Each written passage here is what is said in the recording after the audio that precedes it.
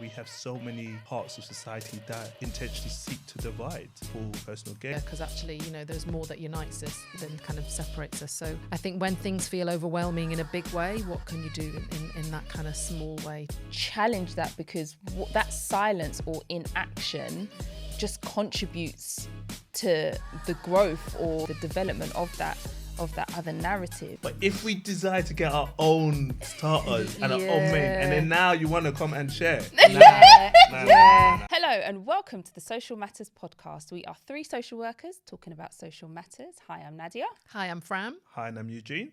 And we are three very full social workers. Thanks. Context. We've Why eaten are we so full? much. We've eaten so much.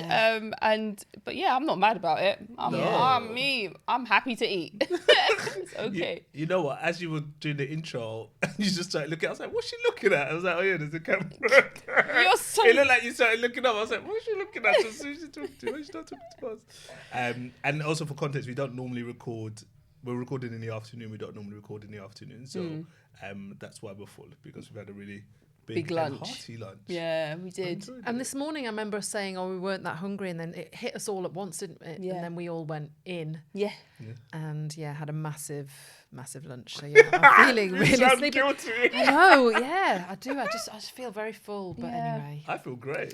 Do you know what came up with, like, in terms of the rules around sharing of food? You know, like with us, some people, we were like, oh yeah, let's get a few starters to share. That some people were like, no, I want my own starter. You get what you want. And but I think we did all right. That's me normally. Yeah, I was just about to say, you're normally like, okay, so you two have changed me, like, because we hang out so for the much. better. Yeah, that remains to be seen.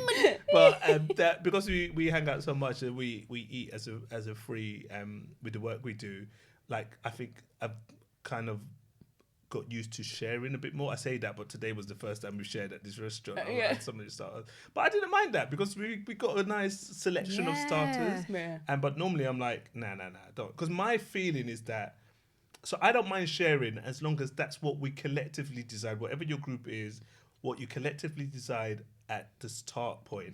But if we decide to get our own starters and our own main, and then now you want to come and share, nah. Don't, because I've made a decision about what I'm ordering based on how hungry I am. So then when I'm sharing or somebody's like, can I have some of it? You're taking away from my stomach. That's not fair. Okay. That's not fair. Yeah. And it's a bit Russian roulette sometimes with sharing, because me and my partner went out for a meal a couple of weeks ago, and I was so glad that we shared, because mine was shit.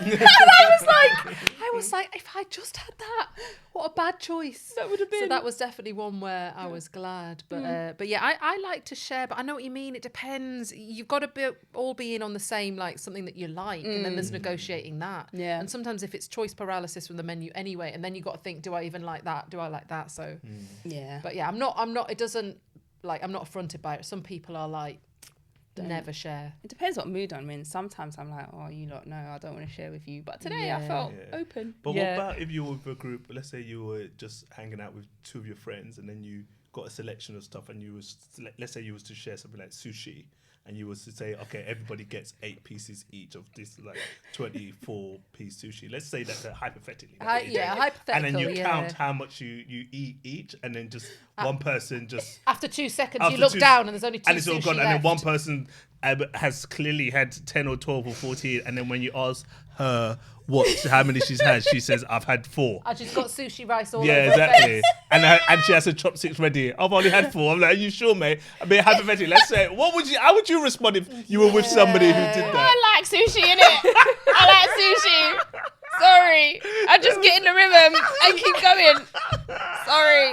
The best bit is it's the speed. Like, I'll literally have had one, look down, clean up woman, and a clean up woman, and then you're like, gone, and then we'll do like, how much have we all had? And you do like, I'm not sure. You're sure, you liar. You're sure. So me and you have to say, well, I've had one, and I'm just on my first one, and there's only 2 out of 40 sushi pieces left. So mathematically, Sorry. no. Do you know what? I'm so bad at that. I remember when me and my husband first started like dating, we'd go to the cinema and he'd be like, "Oh, do you want popcorn?" I was like, "No, I'll just have a bit of yours, mate." He looked quick. He was like, "No, we're not doing that," because I'll just inhale the popcorn. Yeah. Sorry. No, but you Sorry, know what babe. I think? You're so focused, because I think when you're hungry, so focused. It's like, oh yeah, just talking and eating. Like, nice. It's cute. It's cute. I think we did good sharing today with the summer roll. So we only got 2 summer rolls. So that was like a bite, a bite, a bite. That's why I was like, oh, we shared that quite well.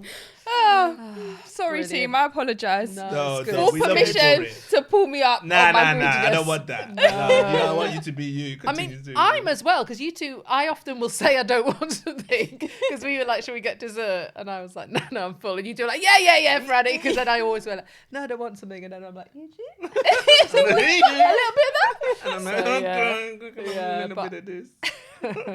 Oh, great stuff. Well, yeah. Right. Let's Segue. Yeah. So we were just eating Vietnamese food, and we're in quite a Vietnamese kind of community, and I suppose that links for me with today's theme of what does it mean to be British in terms of the diversity of cultures for me.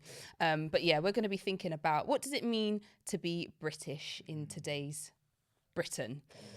So yeah, that's where we're starting off. And just to pose the question to you both, what does it mean to be British in today's Britain for you?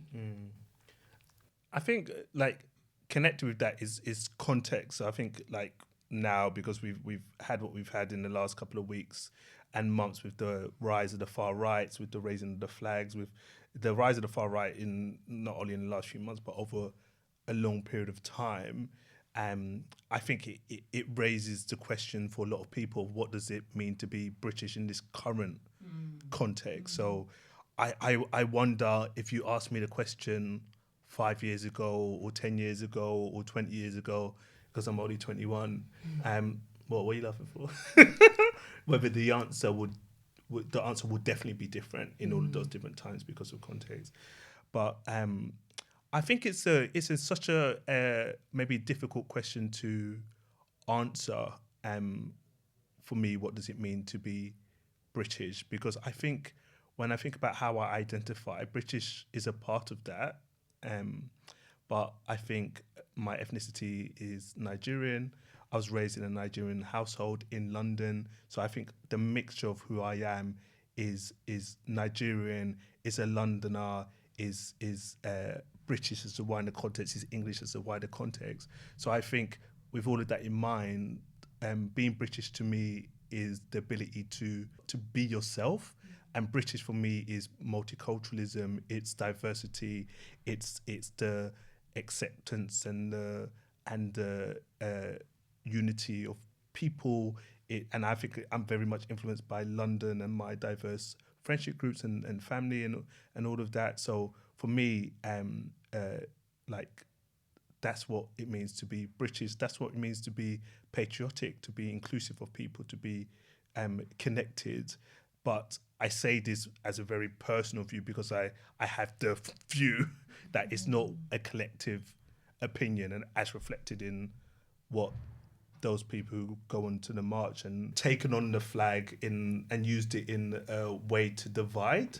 I think that's what maybe those people believe being British is, being patriotic. So I think my idea of Britishness, I think, definitely doesn't align to the majority.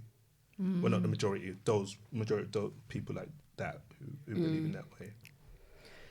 I think it's interesting because when I think of the term British or Britain, I think first of all for me it's like understanding what that is, and I feel a sense of confusion because you know, like when you have like a drop down menu in something and I'm like, am I looking for G for Great Britain? Am I looking for B for Britain? Am I looking U for United Kingdom? And there's all these different things, and sometimes I'm like, what even are they? And do you know the difference in Great Britain and the United Kingdom?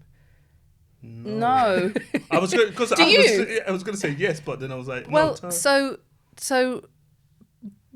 Great Britain is the island that has Scotland, Wales, and England on, and the United Kingdom is England, Northern Ireland, Scotland, Wales. Oh. But I suppose I say that because there are all these different terms and different things used, and I'm personally confused by them, and that's my only kind of thing of like what it feels very confusing, and I think that confusion also is in terms of what people associate with Britain or British kind of values. I think sometimes people talk about to be British, often it kind of comes down to values, and then I was thinking about like what would people say that those values are.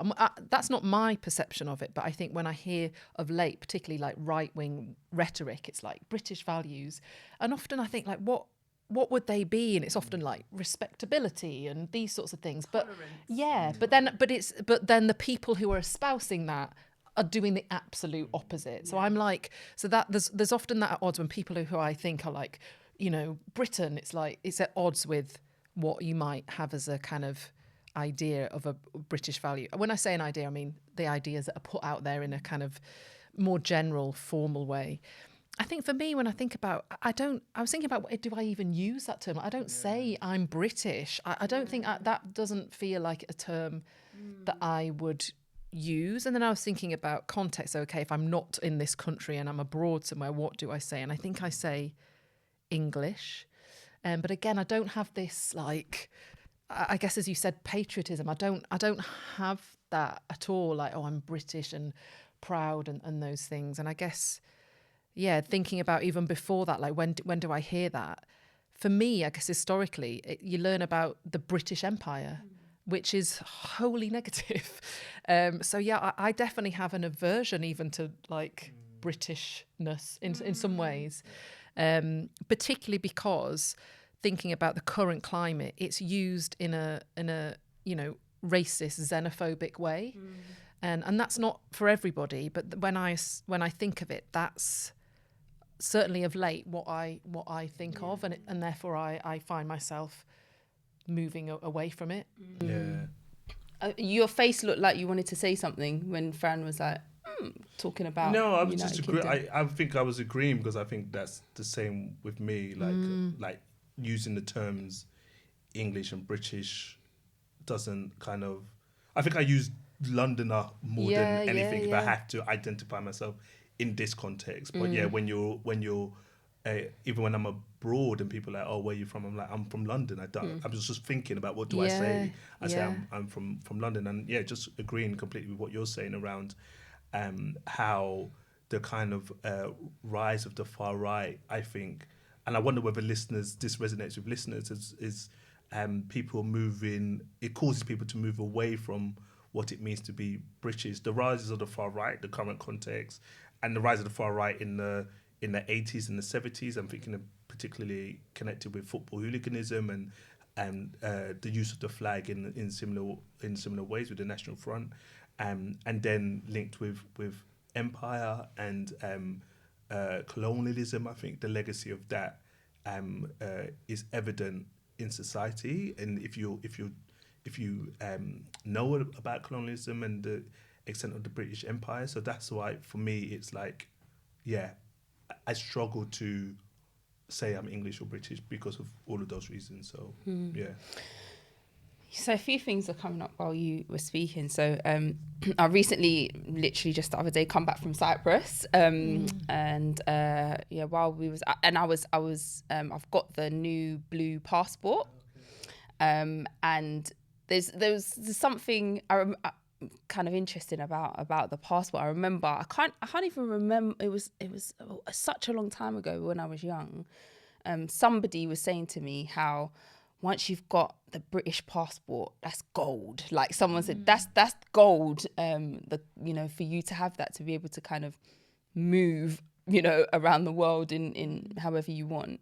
And then now we've got the blue, passports, and yeah, I think it still, I suppose, holds a lot of kind of power in across the world. But actually, it's when you're in the airport and it's like, oh yeah, all EU people go this way, and now it was like, oh no, like it did something for me in that moment of like, what does this mean to hold this passport now? So that was one thing. And we were asked loads of times when we were on holiday, where are you from?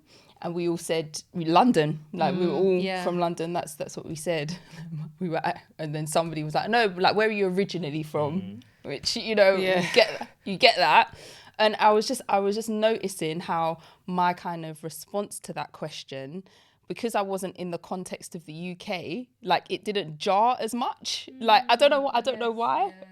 But yeah, we then all just kind of spoke about Ghana, Jamaica, Antigua, like between all of us, like we had like kind of different kind of ethnicities, but and heritages. But like, I was just like, like it's still, I suppose, you know, you can't really be from London, like where were you originally from? But it's really interesting. It just didn't land in the same way as it would if I was asked here. I can't really explain why. Yeah.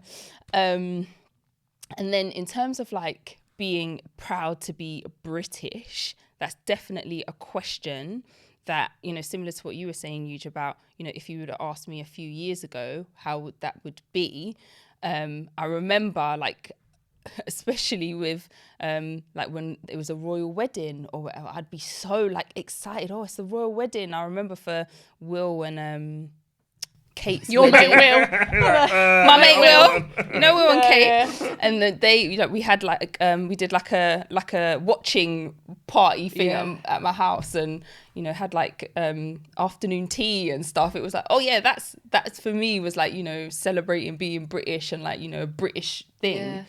And then it's just changed like over time. Like why were we celebrating that so much? Like, you know, all the kind of history. Like I think I've just kind of learned a lot more like over the, you know, the past few years, definitely.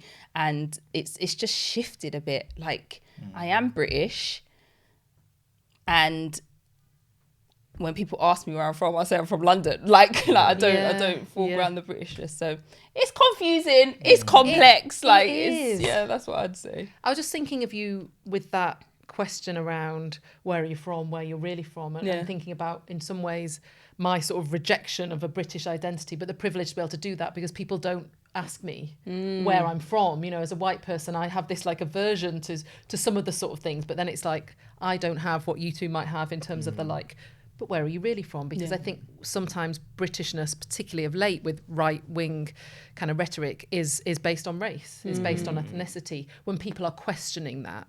And we know that, you know, black and brown people have been on the British Isles for centuries. You know, we know that. But I think the latest kind of, you know, rise in right-wing fascism has been around, you know, race, hasn't it? A lot of the kind of question of you don't belong here, you're not from here is kind of what we're really hearing, and the impact of that. But back to your kind of watch party and your, like, I guess the kind of, you know, I guess more positive elements that might be associated with Britishness. It's, for me, it's not necessarily about values, which I think is what, or maybe, you know, maybe in part it is, to be fair. But I think for me, when I think of those times when it's felt like a good vibe, it has been a moment. And one moment that I can think of, and again thinking about watch parties, were the Olympics in 2012. And that was a whole vibe. So a bit like we talk about belonging, you know, that sense of belonging in workplaces and spaces within our EDI work. That's hard to sometimes, you know, define. It's a feeling, isn't it? Of like, I'm just, you know, I feel comfortable, I feel accepted, I feel in my space. I had that summer, like the whole, because there was that shared, you know, like feeling, we were smashing it. I mean, if Yorkshire also was a country, we'd be top of the goal table, but that's a whole other thing of being from Yorkshire. But that was a time that I felt unity. Yeah. I don't know if it was, I suppose it was about Britishness maybe, because we were supporting the LGBT. Like, I don't know. Yeah, I'm trying to like pick apart, was it Britishness or was it just a positive moment in time? But I think that's whether we want to call it English or British or London vibes, because I was in London at the time, and I say at the time like I've been anywhere else, I've always been in London. But I think that is probably what in an ideal world, what I would want, like national unity to look like. Well, whether it's Britain or whatever country, everybody collectively getting together on the same page, celebratory, connected. Like I see it like when England were the both the men's and the women's team. The women won it in this country. The men got to the final. At those two times, the level of unity and connectivity between people, strangers, was so high. I could see it. I could see the vibe or whatever, and in every context, and that is where, going back to what I was saying about what it means to be British in my head, that's where connectivity, community, cohesion, multiculturalism, that's when it's at its greatest, because people are not seeking to divide, they're seeking to join up around those celebratory moments. So that, I think, in those moments, in those 4 to 6 weeks of the football competitions, in those 4 to 6 weeks of the Olympics, that's when I think this is the ideal kind of state of a good Britain, in my opinion. But then the sad thing is that as soon as those things fall away, Mo Farah winning 2 gold medals, Jess Ennis winning gold medals, it's not, as people of colour, it's not enough for people to be like, to make it really simple, black and brown people, they're all right. Like it's not enough. But it contributes to a moment of joy and a hope that things will change. But the challenge with society is that we have so many kind of parts of society that intentionally seek to divide, and they seek to divide for individual and personal gains. You've got people who are going on those marches, but you've got the people in power pulling the strings to create this division, and that is what makes me think that that's what makes me struggle to kind of identify strongly with being British, because that will put me alongside the guy who was standing on the top of a bus shelter waving the Union Jack and chanting like racist slogans. I don't identify with that guy. So then how can I? So that's the mental gymnastics. And I think some people would say, well, we need to reclaim it. We need to not allow those people to take away the British flag and stuff like that, which I completely agree with. But I think when you're of minoritized identity, it's hard to just do it like that. And I hope there's a time when it'll be different. Yeah. There is something about the time that we're having this conversation, because it does feel particularly divided at the moment. And, a really kind of, I guess, worrying time. It feels very kind of bleak. But, had we been having this conversation during the 2012 summer, would we feel different? Probably. And it kind of, it ebbs and flows. But I guess it, again, thinking about even now in this time, what are the counter narratives to the kind of, right-wing fascists of people coming out, demonstrating allyship, demonstrating community, putting up flags from different places and spaces. So I guess it's always that, isn't it? Also, that, isn't it, of like how those elements of the Britishness that we would describe are there, and how we can kind of bring those stories more to the fore. What do you think? You've kind of, I suppose, spoken to some of the ways in which, you can kind of counter the dominant narrative, or not even the dominant narrative, the narrative that is, very kind of right-wing and xenophobic and, racist. What can people do to, I suppose, create a more kind of inclusive conversation and more inclusive narrative and more inclusive spaces? I would say, although we talked a lot about the right wing like racism, xenophobia right now, I would say don't believe that there's one narrative, that there's one story. I think it's about introducing difference, and like you said, Fran, talking and highlighting those stories of community, of connection, of like multiculturalism, of examples of what it means to, in my head, be, even if we want to take away the title British, but be part of a connected nation, a part of a connected community, and that's standing up for each other, that's supporting each other, that's helping people to feel included, and they can be their authentic self regardless of the colour of their skin, their sexual orientation, their ability. Like, this is what I think cohesive community is like. So I think more around that, more around the education, more about the willingness to listen and move position. I think people are very kind of stuck and wedded to views, and if education can be provided and people can have a willingness to adjust and adapt, then that would be a positive. And this sounds like, I don't know how connected you will be with this idea, but the England men's team winning the World Cup next year, I think that, in my head, I've always had that as especially in this current context, as a way of bringing like the nation together. And then once that happens as a moment, then what do you do afterwards? I have this vision. I'm an Arsenal fan, obviously. Do you think they can win? Yeah, I think they can. I have this idea of Bukayo Saka scoring 2 goals in the final and England winning the World Cup. And then You're a good manifester, so that's... And then there's no other way in which he can't be heralded as the hero. Because the reason why I say that is because even now, to this day, with regards to men's football, Bobby Moore, Jeff Hurst from the 1966 World Cup final, they are still heralded and forefronted as heroes of this country. Because that's the only last time the men's team won anything. Exactly, exactly. But the legacy of that is still there. So in my head, I'm like, and the reason why I say the men's team is because of the rise or the influence that the men's football have with regards to tackling a lot of the people in the far right protests or rallies were men who I would assume follow football. So now you have to cheer for Bukayo Saka. You have to get his name on the back of your shirt. So I think that would be, and maybe just a pie in the sky idea, but a contributing factor to making some change. Yeah. I think obviously Bobby Moore and Jeff Hurst, I knew that, Yeah. were white.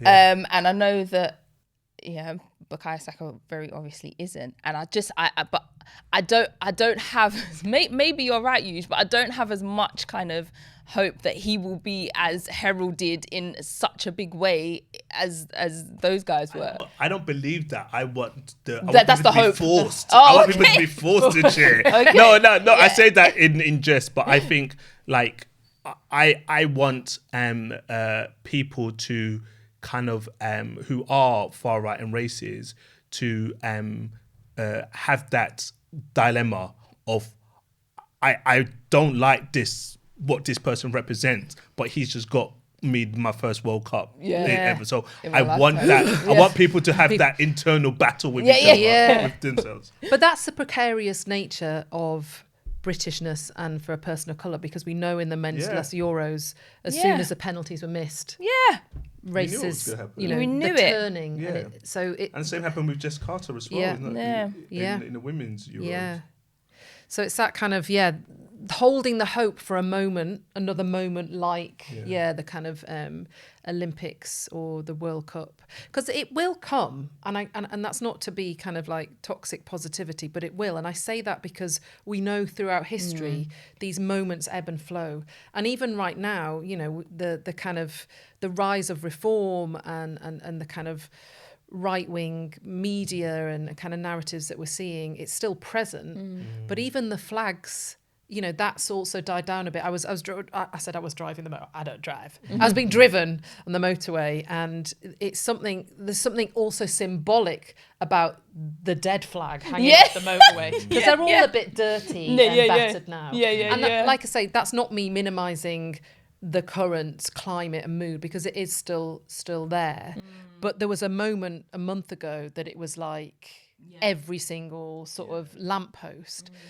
So, I do believe as well another moment in a more positive light will come to have that opportunity for unity. But I suppose in answer to your question about like things people can do, I think it is shedding kind of light on those stories. I think, having that critical mind about what you consume, because it's so...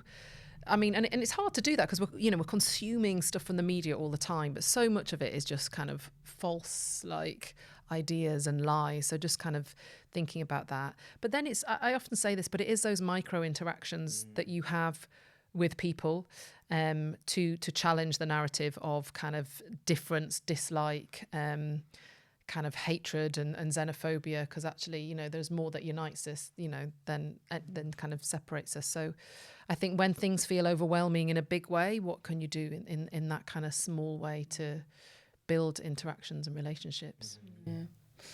I think as well, there's something about, I think it's important to challenge yourself if you have the narrative of, oh, like, I just want peace. Like, I just, you know, I don't want to upset anyone. I just want to keep quiet. Like, challenge that, because that silence or inaction just contributes to the growth, or, you know, the development of that other narrative. And actually, if more people felt able to kind of voice or, you know, do something in the conversation, that, and I think I wonder whether it's like the majority of people who are in that space. Oh, you know, I don't want offend, I don't want to, you know. But I think kind of linking to your point of like educating yourself and being thoughtful about what you're consuming, trying to understand a little bit more, like widening the lens on, okay, you know, this is the narrative I'm being invited to kind of be drawn into, but what else is going on? Like, what am I being distracted from? What else am I missing, kind of thing? I think that might help things move on a bit more. Yeah, that's what I'd say. I like that, because also I think in order to retain the hope, I'd like to believe that there's a huge number of people who believe in a Britain or in a country or a community that we've just kind of talked about, but there are some people who are maybe paralyzed by fear or paralyzed by the idea of not knowing what to do, or they just want their peace and want to keep quiet, but actually very visible signs of the rise of the far right, I think and hope is giving people a little bit of a shake to be like, wow, actually it's far worse than I thought it was. Because the whole idea of the flags, and then people's counter argument is like, oh, but we should be proud of our country, we should raise our flags. But which context are you raising it in? If you had your flags up on St. George's Day, on VE Day, and on any other significant day, fair enough, keep your flag up. But if you didn't raise it for St. George's Day or VE Day or any other significant day, but you raise it in response to a campaign that is anti-immigration or anti people of colour or anti whatever, then you have to be questioning yourself.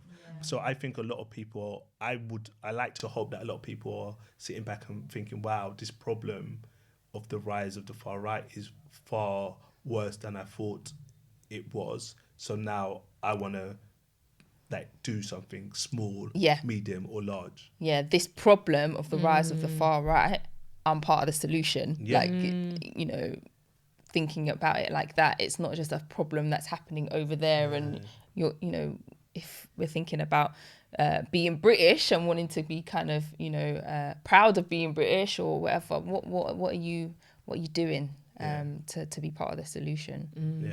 And that comes with listening, but also listening to difference as well. I think we've had the discussion before. I know when Brexit happened, you know, you kind of like, oh gosh, you know, you can be in your, like, I guess in your kind of liberal or left-wing bubble, speaking for myself, and then it's kind of like, you're like, oh, there's this whole other views out there. We know that it's out there, but I think I said on a previous podcast, meeting up with a friend who was travelling down on the train to London on the day of the kind of right-wing fascist march, and a lady of colour talking to someone who was draped in a flag and embarking on a conversation on human to human to be like, can we talk about this? Like, help me understand.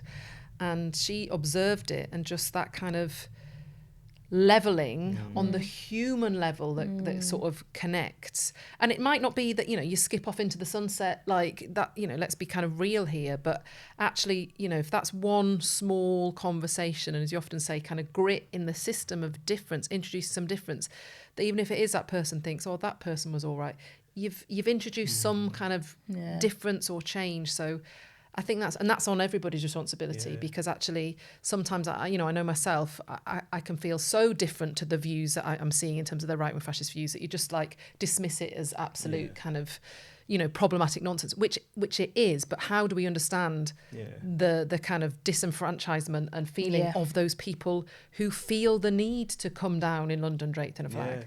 100% agree, because I think that is, and I think that's important to not kind of tarnish everybody who has what would be classified as far right views with the same brush, because I think in order to tackle xenophobia, racism, any form of discrimination, we have to think about social economic inequality, because people need an answer to why they can't buy bread now, because when they could buy bread 10 years ago because of inflation, the cost of living crisis, even the term around that, it puts it in the ether like it's just happened, like that. No one can, everyone's struggling. It didn't just happen. There's a reason why it happened, but nobody, and the people who control the narrative are not giving people a transparent and accurate reason for that. So if you're a person who's come down to London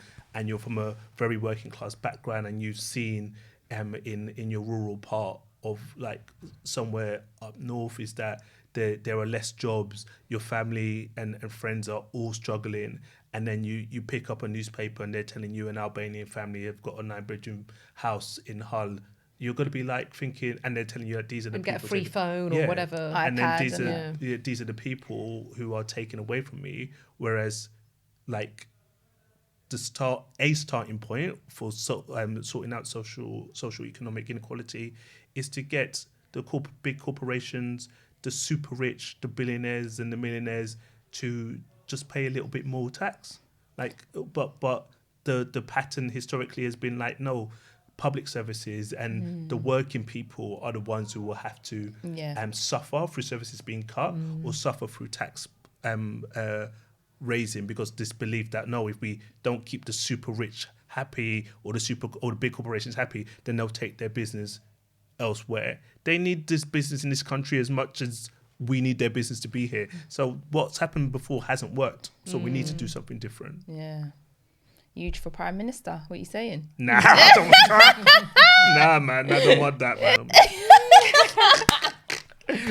Oh, right. Well, thank you, team, for that conversation, and we're gonna bring it to a close now. We have been 3 social workers talking about social matters and society in Britain today. If you would like to follow us, if you aren't already, please check us out. We're on YouTube. We're also on LinkedIn at Social Matters, and also at Matters Podcast on Instagram. Please do like this video if you're watching it on YouTube. Do share with other people if you think it was helpful. And thank you for tuning in. Take care. Bye. Bye.